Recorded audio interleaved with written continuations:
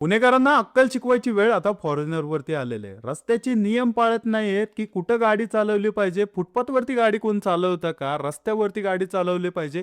Foreigner त्यांना अडवतोय, गाडी जाऊन देत नाहीये, की बाबा रे जाऊ नका इथनं. तो विनंती करतोय, तुम्ही तुमचे नियम पाळा, देशाने तुमचे नियम केलेले आहेत. या सगळ्या गोष्टी सांगतात आहे, तरी देखील हे मूर्ख लोकं त्याला क्रॉस करतात आहे, डायरेक्टली तिथनं जायचा प्रयत्न करतात आहे. ह्यांना काय बनावं देवा, मला काय कळत नाही अक्षरशः. एखादा माणूस तुम्हाला सांगतोय की फुटपाथवरनं जाऊ नका, रस्त्यावरनं जावा, तिथं रस्ता पडलेला आहे, त्या रस्त्यावरनं गाडी घाला आणि त्या ट्रॅफिकमध्ये अडका, असा तो संदेश देतोय. मित्रांनो, ज्या व्हिडिओबद्दल पूर्ण समाजामध्ये लोक बोलत आहेत, सगळीकडे बोलत आहेत, की एका फॉरेनरला सांगावं लागतंय की आपल्या देशामध्ये सिव्हिक सेन्स काय आहे, आपल्या देशामध्ये नियम काय आहे. मित्रांनो, ह्या फॉरेनरने जरी नियम सांगितले असतील, तर मी त्याच्या मागं असणाऱ्या व्हिडिओची कंडिशन सांगतो. त्या व्हिडिओच्या मागे एक पुलाचं काम चालू आहे.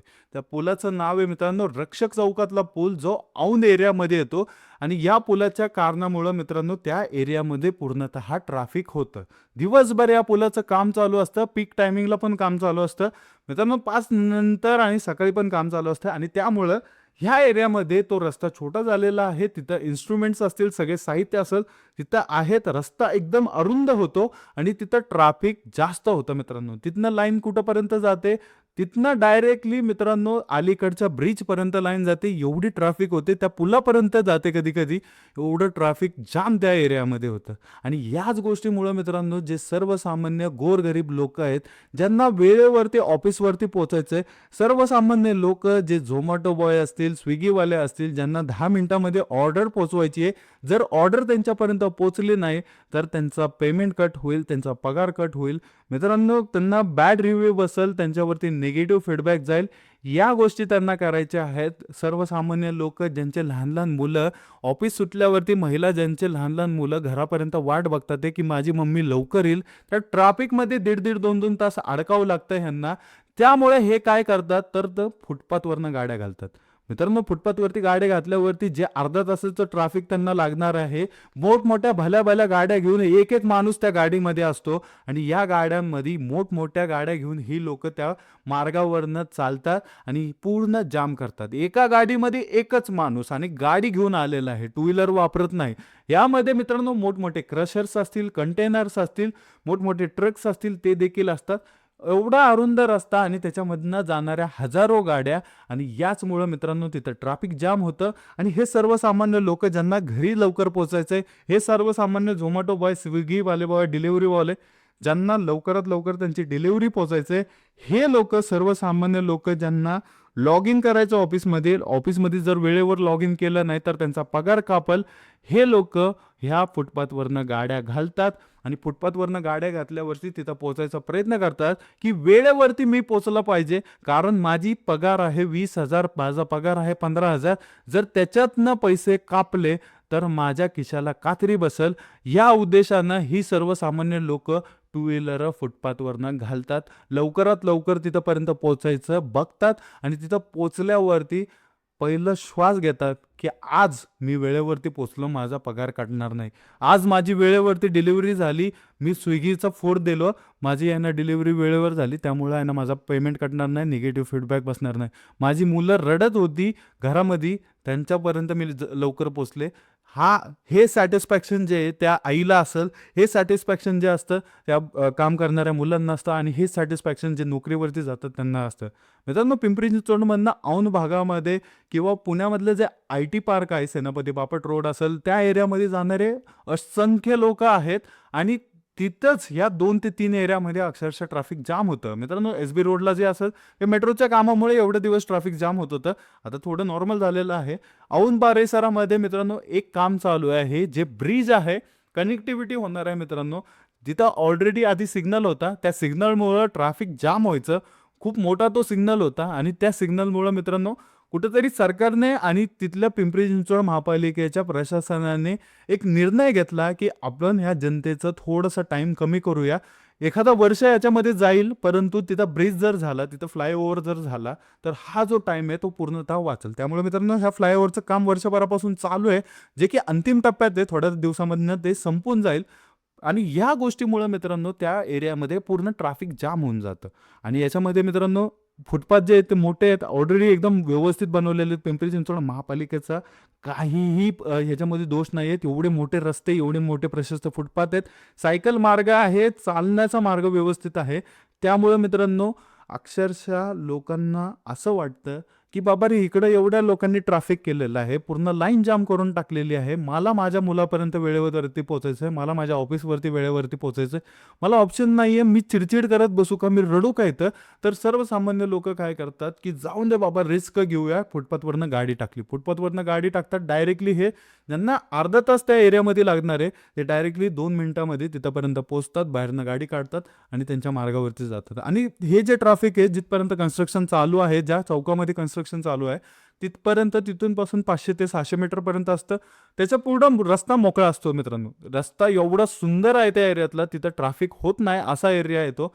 तर सिग्नलमुळे ट्रॅफिक व्हायचा, त्या सिग्नल काढून टाकला पिंपरी चिंचवड महापालिकेने आणि तिथं फ्लायओव्हर बनवायला लागले, जेणेकरून सर्वसामान्य लोक हे वेळेत त्यांच्या घरापर्यंत पोहोचतील, वेळेत डेस्टिनेशनपर्यंत पोहोचतील. परंतु हे जे काम आहे ते वर्षभरापासून चालू आहेत आणि याला सहन करतात ते सर्वसामान्य माणसं. आणि यामध्ये गोष्ट काय होती मित्रांनो, एक फॉरेनर जो फुटपाथवरनं गाड्या चालवणाऱ्या लोकांना अडवतो आणि दाखवतो की तुम्ही सिव्हिक सेन्स पाळा, तुम्ही फुटपाथवरनं गाड्या चालवल्या नाही पाहिजे, यांसारख्या गोष्टी तो बोलतो. परंतु त्या फॉरेनरला हे माहिती नाही आहे की इथं काम करणारे सगळे गोरगरीब लोक आहेत, ज्यांना वेळेवरती सगळ्या गोष्टी करायच्या आहेत. एखाद्याला ऑफिसला जायचं तर वेळेवरती जायचं, एखाद्याला मुलांकडे जायचं, लहान लहान मुलं त्यांची घरात आहेत, त्यांना वेळेवरती तिथंपर्यंत पोहोचायचं, कुठंही जायचं असलं तर वेळेवरती जायचं. त्यामुळे इथनं फोर व्हीलर घालत नाही आहेत मित्रांनो, टू व्हीलर घालतात. ते टू व्हीलर डायरेक्टली त्या चौकामध्ये निघतं आणि चौकातनं पुढं रस्ता मोकळा असतो पूर्ण. त्या एरियामध्ये मोठमोठ्या गाड्या असतात, ट्रक असतात आणि त्या गोष्टीमुळे मित्रांनो तो रस्ता अरुंद होतोय आणि तिथं ट्रॅफिक जाम होतं. तेवढंच जो पार्टिशन आहे तिथनं फुटपाथवरनं निघालं की कुठला मायकालाल दुसऱ्या फुटपाथवरनं गाडी घालताना दिसतो? मित्रांनो, ते काम जिथनं पुढं चालू आहे ना, तिथनं कोणतरी फुटपाथवरनं गाडी घालतं का? एकही गाडी फुटपाथवरनं घातली जात नाही. जोपर्यंत ते काम चालू आहे त्या फुटपाथपर्यंत तिथपर्यंत गाडी घातली जाते. तिथनं बाहेर काढलं की रस्त्यावरती गाडी घेतात लोकांनी, सरळ सरळ निघतात, रस्ता फॉलो करतात. कुठल्याच फुटपाथवरनं गाडी रागतपर्यंत तरी लोक घालत नाहीत, जोपर्यंत त्यांना ट्रॅफिक लागत नाही. आपल्या भारतामध्ये जोपर्यंत ट्रॅफिक दिसत नाही तोपर्यंत लोक फुटपाथवरनं गाडी घालत नाहीत. ट्रॅफिक दिसल्यावरती लोक गाड्या घालतात आणि तिथपर्यंत त्यांच्या वेळेमध्ये पोहोचायचं बघतात आणि ह्या सगळ्या गोष्टी होतात. व्हिडिओ लोकांनी काढला, सांगितलं, अपडेट केलं, सगळ्या लोकांना सांगून दिलं की पुणेकरांना लाज नाही, पुणेकरांना कळत नाही. पिंपरी चिंचवडमधल्या लोकांना अक्कल शिकवायची वेळ आता बाहेर आणणाऱ्या लोकांना करावं लागली. सिव्हिक सेन्स बाळगा म्हणून असं सांगण्यात यावं लागलं की तुम्ही सिव्हिक सेन्स बाळगला तर कुठेतरी यांना जाऊन आपला देश समृद्ध होईल, हे होईल, यांसारख्या गोष्टी बोलायला लागल्या. परंतु सर्वसामान्य लोकांचा याच्यामध्ये विचार करा. जे गोरगरीब झोमॅटो बॉय असतील, जे गोरगरीब स्विगीवाले असतील, जे लहान लहान मुलं ज्यांचे घरी आहेत, महिला असतील, त्यांचा विचार करा. जे पुरुष आहेत त्यांचा विचार करा. ह्यांना हा मार्ग आहे, ते लवकर त्यांच्या घरापर्यंत पोहोचायचे, लवकर डेस्टिनेशनपर्यंत पोहोचायचे, त्यांच्यामुळे त्याचा उपयोग करतात ते. आणि मित्रांनो, ह्या गोष्टीचा उपयोग फक्त जिथं ट्रॅफिक होतं तिथंच होतो, बाकी कुठंच होत नाही. पुण्यातल्या लोकांना तेवढं कळतं, पुण्यातल्या लोकांना तेवढी अक्कल आहे की कुठल्या गोष्टी कुठं वापरायच्या. रस्त्यावरनं जरी फुटपाथवरनं गाड्या घालत असतील, त्याला एक कारण आहे की अक्षरशः त्यांना वेळेवरती त्या गोष्टीपर्यंत पोहोचायचं आहे, म्हणून ते तिथनं गाडी घालतात आहे. ना की त्यांना कुणाला नडायचं आहे, कुणाला सोबत मॅटर करायचं आहे. त्यांना गरज आहे त्या गोष्टीची. जर वेळेमध्ये जर झोमॅटो बॉय, स्विगीवाला पोचला नाही तर त्यांना विचारा की किती रुपये त्यांना फाईन लागतो, काय त्यांचे ID बॅन होऊन जाते. जर एखादी मुलगी घरी रडत असेल, लहान लहान चिमुरडी, आणि तिची मम्मी जॉब करत असेल, तिला त्या जॉबवरनं घरी यायचं असेल, त्या ट्रॅफिकमध्ये तिनं अर्धा तास घालण्यापेक्षा त्या फुटपाथवरनं गाडी घातली, 2 मिनिटात ती ते सगळं ट्रॅफिक क्लिअर करून जर घरात आली, तर ती रडणारी चिमुरडी असेल, जे घरी आहे ना एकटे असलेले लहान लहान मुलं असेल, त्यांच्यापर्यंत ती माऊली वेळेवरती पोचू शकते.